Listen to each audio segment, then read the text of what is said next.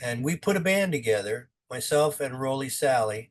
And Rolly Sally is the bass player for Chris Isaac, who's been forever. He's his only bass player. But Rolly and I put a band together.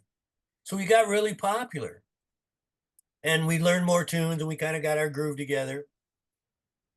And then we were the Blue Monkeys, and everybody's like, "Ever seen the Blue Monkeys, man? The Blue Monkeys are playing." And we made friends and we had buds and the whole 9 yards. And Rick Danko from the band came and sat in with us, and Wow. different guys, different cats would come and say hey. So we're playing the Scotch and Sirloin, and we got um, Ronnie McCrory on drums, who played with Butterfield, Asleep at the Wheel. All these guys, great Tulsa drummer. And so we're looking out at the crowd, and there's a guy sitting at the bar, big guy, and he's heavy set, big, like 6'3". He's got a red nylon, like fishing jacket, like those waterproof, real thin jackets you would wear with the snaps. He's Yeah. got this fishing jacket on, hulked at the bar, with drinking liquor, like whiskey, something like that. Wasn't drinking beer. And he's got a guy with him, another friend, a smaller guy that's with him. And so we take a break, and this guy comes up and goes, "Hey, my friend uh, would like to sit in, play a song with you guys." And we're like, "The fuck out of here!" It's like, so what? We're a hot band, and we don't know you, and la la la, whatever. And he goes, "His name's Jim Gordon," and we're like, "What?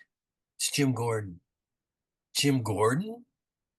So let's have a sidebar, me and Scotty. Jim Gordon played on every record that ever meant shit in the fucking 60s and 70s.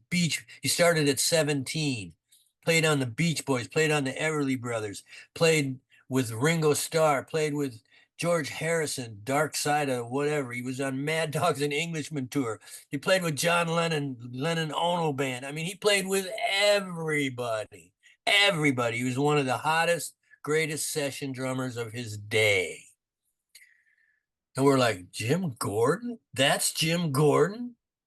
Because he played on Layla. He played, played with Eric Clapton. I mean, just amazing. So the bass player, Rolly, he loved Rolly's bass playing. And he wanted to play a tune with Rolly. And Rolly went and said hi to him. And he goes, "Yeah, let's have him sit in." "Okay, come on, sit in." So he sat in. We played. And he wasn't like Gene Krupa or, Ginger Baker. It wasn't like that. It was a whole different level of excellence in his Mhm. playing. Very precise.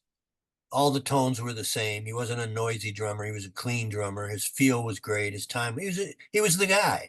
monster.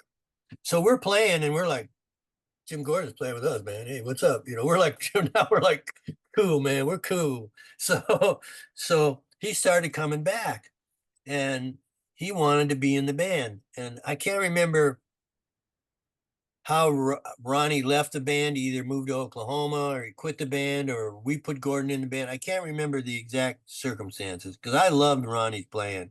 Ronnie McCrory was a bad dude. Um, and Jim Gordon ended up in the band, but he was tired. He was on medicine. He was schizophrenic, and when you take the meds, it makes you moody, makes you tired. And he was drinking alcohol and smoking weed and doing coke. And you can't do that, take meds and be schizophrenic. That's a recipe for disaster. So we went in, we actually recorded something with him, did some songs, went in and made a recording. Um, and this girl wanted us to back her up for a showcase. Can't remember her name. And we all said, "Yeah, we'll do it." We went to John Heron's house, and he said, we started playing, and he said, "Let's take a break." We took a break, and Jim said, "Hey, Pete, can I talk to you outside for a minute?" And I said, "Yeah, sure, man." So I went outside. He was a soft-spoken guy,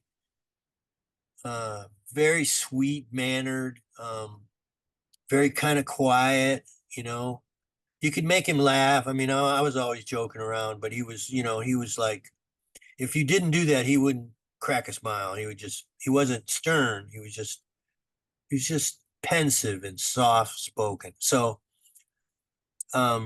he said, I gotta go right now. He said, I gotta go see my doctor. I can't finish the rehearsal. I've got to leave right now. And I was like, I didn't try to talk him out of it. I was like, yeah, man, whatever. He said, I have a psychiatrist, and sometimes I hear voices, and it really bothers me. I need to go see him. I said, absolutely, go do your thing, have at it, whatever. He gets out, gets in the car, takes off. I go back in. I go, where's Jim? I said, he's sick. He's got to go. I didn't get into it too deeply. I just said he's sick. He said, got a call from his doctor. He's got to go to the doctor immediately. He went to the doctor. They went, oh, okay. I don't think he can do the gig. So we called a guy named Peter Bonetta, another very well-known drummer producer guy.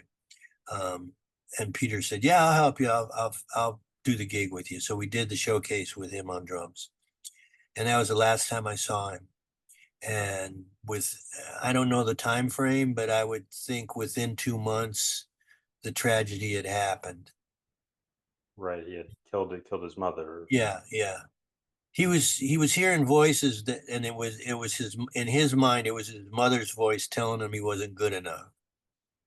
His brother was a doctor or a lawyer. They were just like disappointed he was a musician. And he killed his mom. It's like, stop talking to me, stop telling me he lost it.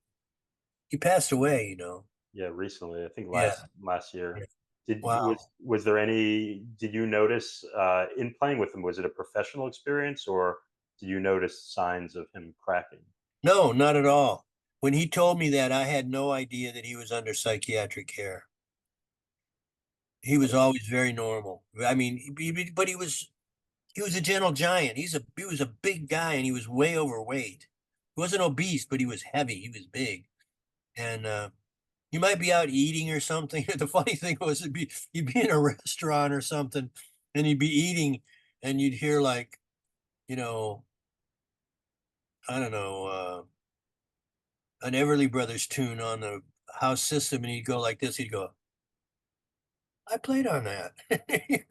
You're like, what? I mean, just outstanding. Just one of the first guys to have cartage before there was such a thing. He had this big Mercedes that he had two sets of drums, and they would drive the car and bring the drums. And then he'd go to the next place, then bring the drums and hit hopscotch with two sets of drums because he was worked so much. And that was back when, the drums were analog acoustic. I mean, you had to get them right, or they weren't. Yeah, They weren't gonna. You're gonna get no way to fix it. You had to play it right. And he was so good. And you looked at his drum set, and the drums would have, like, the little indentations from the stick would be about as big as a quarter in the center of the drum. He would go do do do. It wasn't like do do do. It was always do do. Always the same tone. And he made the drums sound, magnificent. And you think he's not doing anything. You're going, what's he doing? And he's like, do do. And then you listen to it and you go, wow, that's amazing. It's magic. He was gifted. yeah, He very. also played the piano, on the Yeah, outro. right. Yeah, he did the Layla. Although the legend, or what's been told a lot, is that Rita Coolidge actually wrote that piano piece, and Could be. Jim was dating Rita Yeah. at the time, and basically ripped her off. Which is the But yeah, he did, I think, play the Yeah. piano.